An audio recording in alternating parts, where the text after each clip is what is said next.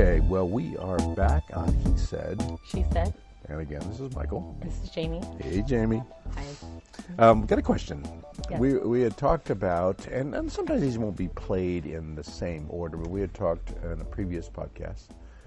And again, of course, if this is the first one that's played, it wouldn't have been a previous podcast. But anyway, we mentioned about relationships where a person with experience wants a relationship with someone who has no experience because they don't want to be judged against whatever their experiences are.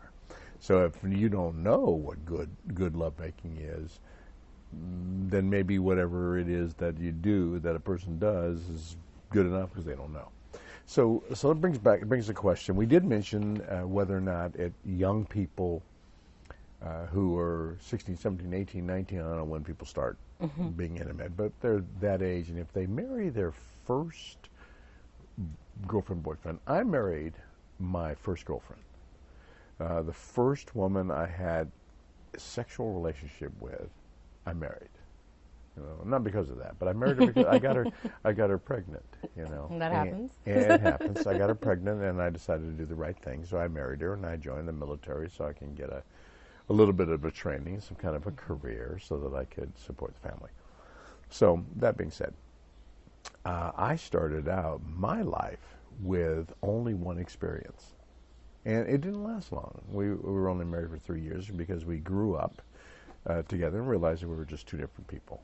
And so if you get married at 16, 17, 18, 19, 20 years old, and that's your first partner, do you think the chances are that if you have a long-term relationship, that's a problem? I mean, there's so many factors with that, and I mean, I've seen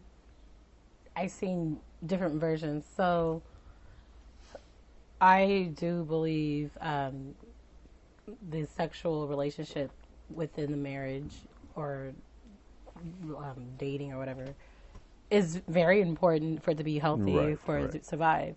But I mean, if you're factoring the age thing, there's different perspectives. Like I have someone in my family, similar scenario.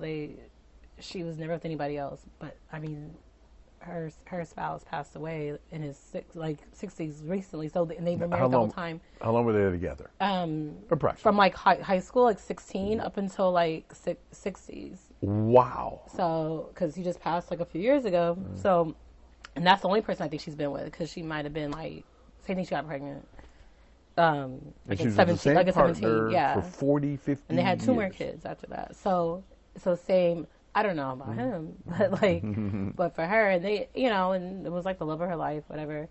And then for me, I didn't marry the first person I was with, but I got married young. So I think that even though he wasn't the first, I don't think I was that experienced because of age. Like, because when you're young and you're doing, no one knows what they're doing. I don't know. Like, so it's almost like it doesn't count. Like, you know how it works, but I don't know what's good. That's like, good. I knew nothing. I don't know why. It's like, in hindsight, I don't know why we were doing it. Like, I don't know. Like, just because everybody else was. Yeah. But for me, I feel like the impact of the relationship was if you focus on the sexual aspect, because I think, like, I met my husband when I was 19, and I got married at 22. So he's older, so it's different. So he has more of the experience. So I think most of the time this is me kind of catering to what he wanted, and which I think is common for a woman anyway. So, and he would even ask, because we were very open people and very vocal. He would ask, "Oh, what do you like?" And I'm like, "I don't know." Right. Like, I never knew. Like, I just, because this has never crossed my mind. And then I had other experiences to compare it to, but all the other ones are bad too. So it's, I mean, not that this was bad, but you know, but so it wasn't even about that. Like, I think you just need time to just get to know yourself. I mean, I don't think you need to like have 1,000 partners, but you just have to, I think with age, you just get more confident and then more open to talk. You mentioned that a couple of times in discussion about age thing. So, you hear the expression, the May-December relationship, where you have somebody who's relatively young marrying or having a relationship with someone who's relatively not young. And so when you said he was older, how much older was he? 8 years. Okay. So I feel like now the gap has closed greatly. But I was 19, he was 27. So that's like a May-June relationship. Yeah, not yeah, May, yeah. December. I mean, now being me 35 and he's 43, it's not a big deal. Like It's not a big deal. but then it kind of was. Yeah, I get it. And the gap closes as you get older. I was just out of high school and he was like already living his life. Yeah, and I do have a question that really does have to play back on the experience concept. So if you're in a relationship with someone for 40 years, now most people are not, so this is kind of a rare case. But if you're in a relationship, you were married for 13 years. So I know plenty of people who've been married for 10 to 20 years. And for some reason, usually, that's when struggles come in, because it's a lot of time to spend with one person, and whatever problems you're having with that one person pretty much wear on your last nerve by the 15th, 16th, 17th year. Yeah. So it's kind of difficult. So I wanted to, at some time or another, I wanted to talk with you about that, about the long-term relationship and how they wear on you. But I want to make sure I got this question out. I have a friend who his husband passed away, and she's about the same age as you. And we talked about about how you get back in the saddle and how soon you get back in the saddle. You just got divorced. Did you wait for a year or 2 or 3 years before you decided to go date, or did you say, you know what, I got needs, and you just went out there and started it up again? It's weird because I was legally divorced just a few months ago, but I had been seeing somebody for probably about a year, not that person anymore. So I didn't really wait. But at the same time, even though we were legally married and we were actually living together, I would say the last 2 or 3 years of our marriage, we really weren't together anyway. But I think now, like if I go by my headspace of when our marriage is over, I would say it was about 2 years before I actually was more open to like pursuing a relationship. Before that, it kind of was like things would just kind of, it was an opportunity and I would just take advantage of the opportunity. But yeah, like it's... Did you feel any guilt or any trepidations, any reservations? No, because I felt like, I mean, at that point our marriage was just a legality. Like it just was on paper and a matter of neither one of us going to file the work sooner. So I didn't. And then, but once I moved in, the one thing was we lived together, so it was kind of weird, but so I didn't like date that much. But once I moved out, which was just in November, then I started actively like really pursuing. So before I moved out, I really didn't pursue other people. It would just be more like if somebody expressed interest and found out, oh, you're not with that person anymore, and then, but I don't know. I think it's different for everybody, because a lot of people would tell me, oh, maybe you need to be single for a while and by yourself. I'm like, no, because I think emotionally I felt like I was disconnected for so long. Ready to move on. I'm done, and, and it gets lonely. It's like I need something. Like I don't need to be in a commitment, but I don't think there's anything wrong with me. Right. But I have some friends that are like, oh, maybe you should wait. I'm like, no, for what? Like, just for you to be at home, like, by myself? Like, I don't exactly. No sense suffering through it because it just didn't work out. Yeah, and it's like, and I was like, look, I waited 16 years for this moment. I was 19 when I met him, so I've never been dated as an adult. So it's like... Yeah. So here's another question that comes up. So once you go back into the dating world, if you're young, how soon do you think after your first date do you think you should be intimate with a person when you're young? Because I'm going to ask you the same question. What do you think? What is young? Well, okay, that's good. I'm like, say under. I'm 35. I think I'm still. Yeah, that's right. Say under 40. Say under 40. It's hard. It's I don't know. That's such a hard question. Yeah, Because, it is. I think that if I was telling my daughter, I would say wait a very long time. Darn right, wait till you're 50.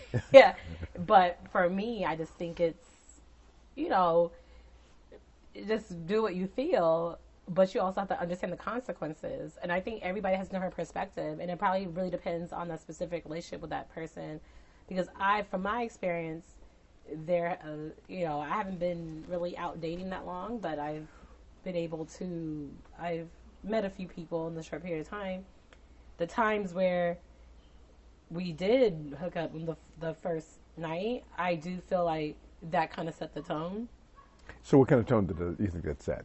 Was that positive or negative, or did it shorten the relationship? It was, I mean, it may be negative from their perspective. And like, if there was any chance of it becoming anything more than just that, I think that a lot of guys, they were just not. Well, so they wouldn't take me as seriously. That's exactly what happens. I think that's exactly what happens is when you jump into it early, then you accelerate the whole process of discovery when you jump into it early. Now, I'm not being prudish and saying, wait, but I think the fact is simple, that if you go out on a date on the first night, you jump right to sleeping with the person. There's a lot of discovery that goes on between people between the time you meet them and you shake their hand and you pronounce their name incorrectly and they correct you, and now you know how their name is pronounced, and the time that you are intimate with them. So there's a lot of stuff that goes on between those two times, and when you go right straight to it, I think what happens is people get sidetracked and distracted, and instead of discovering those things between the handshake and the body shake, that what they do is they just skip all that and they just go to all the body shake related stuff. And it's hard because I was actually having this discussion with one of my friends. I said, I didn't even meet this guy yet. But I said, okay, I'm going to try not to sleep with him right away, see what happens. But we're saying it's not fair, because if you want to, you should be able to. But it's like, but as a woman, you're judged. Yeah, I get that. I get that. If you want to, you should be able to. But you also should be aware of the consequences. I know. And I was like, so now I have to wait just because, Well, I think you should wait for the right reason. Yeah. So then it's just like, now it's just a matter of you to understand, like, okay, if you think that this is somebody you want to continue to see, then you're just going to have to hold out. But it's just, as a woman, I hate it because it's such a double standard, because a guy is going to be a viable candidate regardless. But the conditions are the same. Yeah, so whether it's a female or a male, the parameters and conditions are the same. That if you jump right to it, you miss out on the interim stuff. The difference, I believe, is that it's okay for a guy to have a relationship that's just physical, where it's not yet okay. Well, I think, so I think from the woman's perspective, if you guys see together first date, I don't think that changes a woman's mind, like, oh, this is not husband material. I can't. But the guy, he's going to say, oh, well, this is all, Right. So she probably did it with the last guy and the last guy. So it's a double standard. So that might bring us back to the whole. Inexperienced experience thing. I think the guys generally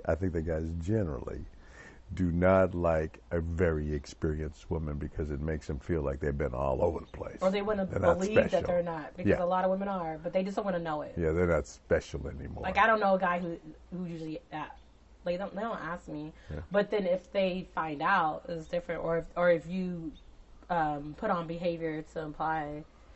So it's hard. Yeah, it's hard question.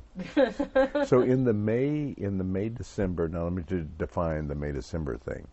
Assuming that January is the beginning of the month, the beginning of the year, and let's say that you're at your beginning of your dating ages, like 14, 15, 16 years old, and so that you're a January person. So a January-May relationship is probably illegal.